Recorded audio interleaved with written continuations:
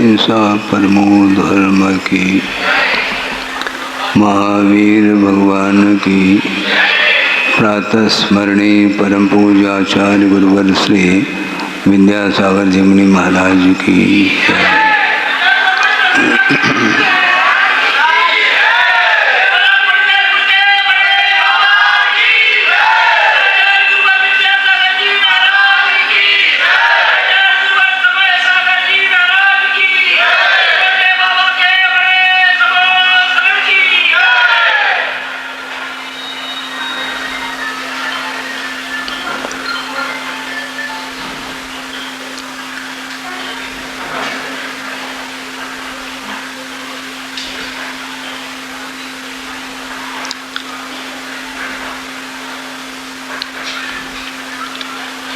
बार बार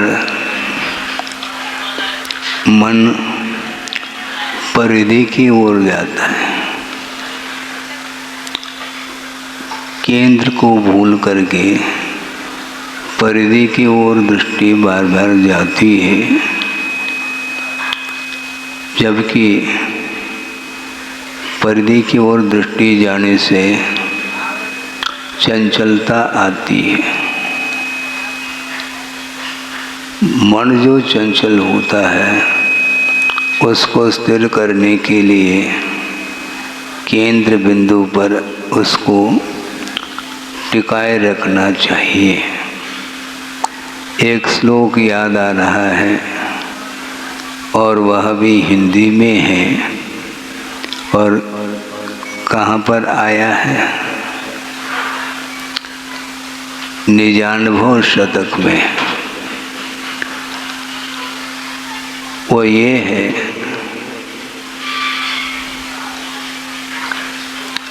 सत्ता नहीं उपजती उसकान नाश, पर्याय का जनन केवल और ह्रास, पर्याय है लहर वारिधि सत्य सत्ता, ऐसा सदैव कहते गुरुदेव वक्ता। ये छंद है, गुरुदेव ने लिखा है कि कभी भी सत्ता की उत्पत्ति नहीं होती और न उसका विनाश। अर्थ ये है कि वस्तु का विनाश संभव नहीं, न उसकी उत्पत्ति, किंतु अवस्थाएं हमेशा उत्पन्न होती रहती हैं और मिटती रहती हैं। इसलिए अविनश्वर जो सत्य जो द्रव्य है उस ओर दृष्टि जाने से मन में कोई इच्छा नहीं रहेगी। इच्छा को रोकना चाहो तो केंद्र की ओर आ जाओ, और केंद्र को भूल गए तो बस और परिधि में ही घूमना होता है।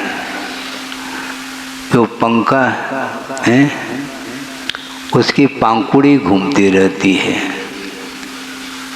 और कहने में आ रहा है पंखा घूम रहा है, पंखा तो स्थिर है। वो जो डंडा है वो कभी घूमता नहीं, वो उसकी पांखुड़ी घूमती है। उसी प्रकार ये जितने भी अवस्थाएं हैं वे सब क्षणिक हैं। इस प्रकार श्रद्धान गाढ़ श्रद्धान बनाना चाहिए और श्रद्धान के साथ उसी ओर उपयोग को हमेशा केंद्रित करना चाहिए। वहाँ से उपयोग हट गया तो निश्चित रूप से हर्ष विषाद आदि को लेकर के ये अवस्थाएं देखने को मिलती हैं। उस ओर दृष्टि जाती हैं तो वो देखने को मिलती है। हमेशा हमारा उपयोग यदि वस्तु तत्व की ओर हो तो किसी भी वस्तु के प्रति, चाहे चेतनात्मक हो चाहे अचेतनात्मक हो, उसको देख करके हर्षित नहीं होता है, न विषाद का अनुभव करता है।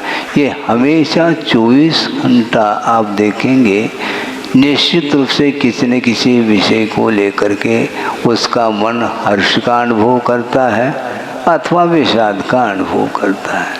तो विषाद का अनुभव करता है तो अपने आप को ऐसा मानता है कि मेरा कोई अस्तित्व ही नहीं, यहाँ तक स्थिति उसकी आ सकती है। लेकिन ये सब कुछ, ये जो स्थिति बन रही है वह मोह के कारण ही ऐसा हो रहा है। केंद्र में मोह है, उसको समाप्त करना है। इन सभी बातों को भूलना पड़ेगा। सामान्य की ओर दृष्टि जाती है तो न हर्ष होता न विषाद होता है, किंतु विशेष की ओर दृष्टि जाती है तो फिर वो सोचता कि हमारी गिनती कहाँ है, हमें कौन पूछेगा, हमारा अस्तित्व क्या है। इस प्रकार वह उसको प्रतिभाषित होता है, जबकि ये कषाय के कारण होता है। मुख्य बस वो तो मुख्य अतिथि हैं और हम क्या, हम तो सामान्य ठहरे, अग्रिम पंक्ति। तो अपने आप ही ये भी आभास होता है हम तो अंतिम पंक्ति में बैठे हैं। यह भी एक मानसिकता। जबकि कहीं भी बैठो, जिनवाणी सुनो, जिनवाणी की ओर यदि आपका उपयोग केंद्रित है तो कहीं भी बैठो, चाहे ऊपर बैठो चाहे नीचे बैठो, आगे बैठो पीछे बैठो, कहीं भी बैठो, लेकिन लक्ष्य जो है स्वभाव को प्राप्त करने का रहता है तो वो इसको गौण कर जाता है। आप सब लोग मिल कर के सुन रहे हैं जनवाणी में क्या लिखा है, और मान लो इसी सभा में किसी कोने में एक चिड़िया बैठी है मान लो, और उसने भी सुन लिया और क्षमता के अनुरूप उसने ग्रहण कर लिया, लेकिन किसी को भी ज्ञात नहीं कि इसने क्या ग्रहण कर लिया है। और कोई व्यक्ति होता है तो हमने ये ग्रहण कर लिया, पुण्यार्जक। अच्छा, बाकी वो पुण्य का अर्जन नहीं कर रहा है, वो जो पक्षी है वो भी तो पुण्य का अर्जन कर रहा है। तो पुण्य का अर्जन करने वाला पुण्यार्जक होता है, लेकिन ये डेफिनेशन वो तो सामान्य, वो दिखाई थोड़ी पड़ रहा, मतलब जो देखने में आता है तो वही सब कुछ है, और देखने में नहीं आता है तो उसके जीवन में क्या घटित हो रहा है कौन जानता है। लेकिन जिसके अंदर अंतर्दृष्टि है वह सबको जानता है कि इसके अंदर इतनी क्षमता कम है, इसके उपरांत भी उसने कोई तर्क नहीं किया, ग्रहण कर लिया। सुन रहा है और सुन करके ग्रहण करके वह हो गया, निकल गया, वो आपके बीच में है ही नहीं, वो निकल गया वह पक्षी, और ग्रहण करके निकल गया, किसी को ज्ञात नहीं। और हम ज्ञात कराने में लगे हैं। हाँ, कोई दूसरा देखें तो हमने इतना ग्रहण कर लिया। बल्कि आचार्य कहते हैं जिसको छोड़ दिया है उसको याद भी नहीं रखना, हमने इतना छोड़ा है, तो पुनः उसको क्यों जोड़ रहे हो? छोड़ा है तो छोड़ा कहाँ तुमने? हमने इतना छोड़ा है, ध्यान रखो। अच्छा, छोड़ा कहाँ फिर? छोड़ने के बाद उसके प्रति कोई लगाव नहीं रहना चाहिए। वस्तुतः जो छोड़ा गया है वो पर को ही तो छोड़ा गया है, और पर अपना हो कैसा सकता है? ये सिद्धांत है, लेकिन ये सिद्धांत सामने नहीं आता, नहीं आएगा, वो बहुत बहुत कठिन हो जाता है। सब कुछ चक्रवर्ती ने संपदा छोड़ दी जब वैराग्य हुआ, लेकिन छोड़ने के उपरांत उस ओर उसकी दृष्टि नहीं है, क्योंकि ये वैभव यह तात्कालिक है, ये कर्म के उदय में मिला हुआ वैभव है, इसके साथ मेरा क्या संबंध है? मेरे साथ तो केवल धर्म का संबंध है। धर्म ही भवांतर में चला जाता है, वैभव यही रह जाता है। यहाँ तक कि मैं कहना चाहता हूँ, तीर्थंकर हैं, समोषण में 500 धनुष ऊंचाई पर वो बैठे हैं, लेकिन वो सारा का सारा वैभव यहीं रह जाता है और उनको निर्वाण का लाभ होता है। ले जाते हैं वो पूरा समोषण समेत, लोकाग्र पर विराजमान हो गए हों वो। हाँ, सिंहासन है, भावमंडल है, छत्र चमर आदि आदि, इसके साथ पहुँचते हैं वो नहीं, वो यहीं रह जाता है। समोषण की रचना भगवान ने नहीं करी, इंद्र की आज्ञा से कुबेर ने समोषण की रचना की है और वह रचना बिखर जाता है, पुनः वो चले जाता। ये वैभव होने के उपरांत भी उसके प्रति उनका कोई भी स्वामित्व नहीं है, इसलिए स्वामित्व भाव का अभाव हो गया तो मैंने इतना छोड़ा इतना छोड़ा, ये संभव ही नहीं।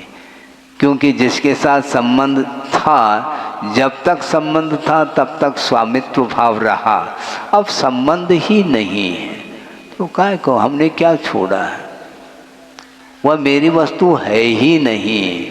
तो दूसरे की वस्तु को छोड़ने का नाम थोड़ी उत्तम त्याग है, और अपनी निधि छूटती है ही नहीं।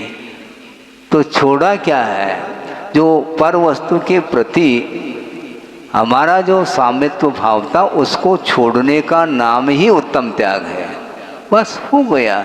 जो बहिरंग परिग्रह है उसको छोड़ो, और उसको छोड़ोगे तो अंतरंग परिग्रह का त्याग भी हमें करना है। जिसके साथ आत्मा के साथ उसका संश्लेष संबंध है, इसलिए मोह को छोड़ो। जिन पदार्थों से मोह होता था उन पदार्थों को छोड़ दिया, लेकिन दिमाग में वही अभी भी विद्यमान है, तो वह छोड़ा नहीं। इसलिए स्मृति उसको भी भूलना है, मैंने क्या छोड़ा इसको भी भूलना है। यहाँ तक कि आचार्यों ने कहा प्रवृत्ति की अपेक्षा नहीं, जब साधक निवृत्ति में आ जाता है, गुप्ति में लीन होता है, उस समय अपने आप को वो मुनि भी नहीं मानता। हाँ, वो मुनि भी नहीं मानता है। मानने से क्या, मैं तो शुद्ध परमात्मा तत्व, क्योंकि उसमें उसका उपयोग लगा है। शुद्ध परमात्मा तत्व में जिसका उपयोग लगा है उसको ये विकल्प ही नहीं आ सकता मैं मुनि हूँ, क्योंकि विकल्प आ गया तो वह समिति मानी जाती है, वह प्रवृत्ति मानी जाती है। इसलिए प्रवृत्ति से जो ऊपर उठता है वह सबको भूल जाता है, उसके दृष्टि में जगत शून्य हो जाता है। तब कहीं जा कर के वह केंद्र में उसका उपयोग टिका हुआ रहता है। अपने को समय तो आपका हो ही गया, क्योंकि आपने अपना कर्तव्य तो कर लिया। महाराज हम तो बेगमगंज से आए हैं और अटालियाँ बज गई, और मान लो कोई दूसरा आया, उन्होंने नहीं बजाया होगा, दूसरे स्थान से जो आए हैं। यही होता, नाम का बहुत बड़ा प्रभाव रहता है। तालियां बज जाती हैं, उसके साथ जुड़ाव है। सुनो, हाँ, स्थान विशेष के प्रति जुड़ाव नहीं रखो, धर्म के प्रति जुड़ाव रहना चाहिए। और यहाँ पर जितने भी लोग बैठे हैं उनका संबंध धर्म से है, और धर्म श्रवण करने के लिए बैठे हैं आप लोग। इसलिए बहुत अच्छा है, आपने सुन लिया है 10 मिनट। बस इसमें क्या ग्रहण करना उसको ग्रहण करना, क्या छोड़ने योग्य उसको छोड़ना है, और कुछ भी नहीं छोड़ना। जो बाहर का बाहरी वस्तु है वह अपने आप ही वह पृथक है। अवसान होने के बाद वही शरीर भी यहाँ पर, और आपका घर वो भी यहीं पर रहेगा, और आप अकेले चले जाएंगे। अकेले आए थे, चले गए, अकेले कट गए, और क्या निकल गए, और क्या ये इतना ही होता और कुछ होता थोड़ी है। वो चले गए। गमी हो गई तो एक की कमी हो गई। यही तो हो रहा है, और क्या हो रहा है? ये अवसान होना, ये विनाश, व्यय और उत्पाद ये लगा हुआ है, उस ओर ध्यान न दें, किंतु वस्तु तत्व के स्वरूप की ओर ध्यान दें, तो निश्चित रूप से जितने भी जो कालुष्य भाव है, मोह ममत्व इत्यादि भाव है, उसको कम करने का पुरुषार्थ करिए। कम इसलिए कह रहा हूँ कि पूरा तो छूटेगा नहीं, क्योंकि पूरा जिस दिन छूटेगा उस दिन बेगमगंज भी छूट जाएगा, तो पक्की बात है। और अभी जाना है तो थोड़ी अब भूल जाएंगे, हैं? नहीं भूलेंगे ना। इसलिए तो वहाँ पर भी भगवान है, बेगमगंज में भी है, वहाँ पर आप आराधना कर ही रहे हैं। कहीं भी रहो, पंच परमेष्टि को ध्यान में रखते हुए अपने को उनकी आराधना करनी चाहिए। इसके अलावा और भी जो समय मिलता है उसमें क्या करते हैं ये कहने की आवश्यकता नहीं पड़ती, क्योंकि संसार है, संसार में है तो संसार के जितने भी कार्य होते हैं वो अपने आप रूटीन में आ जाती हैं। धार्मिक कार्य करने के लिए आपको उपयोग लगाना पड़ता है, इसमें पुरुषार्थ करना पड़ता है। बाकी क्रियाएं सब अनायास होती चली जाती हैं, क्योंकि वह अनादिकालीन संबंध है, इसलिए वो क्रियाएं रुकती नहीं।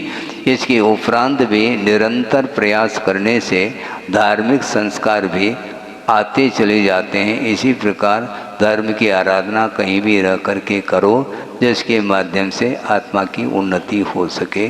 अहिंसा परमो धर्म की जय।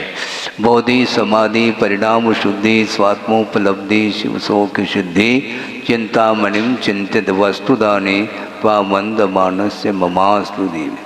परम पूज्य आचार्य गुरुवर श्री विद्यासागर जी मुनि महाराज की।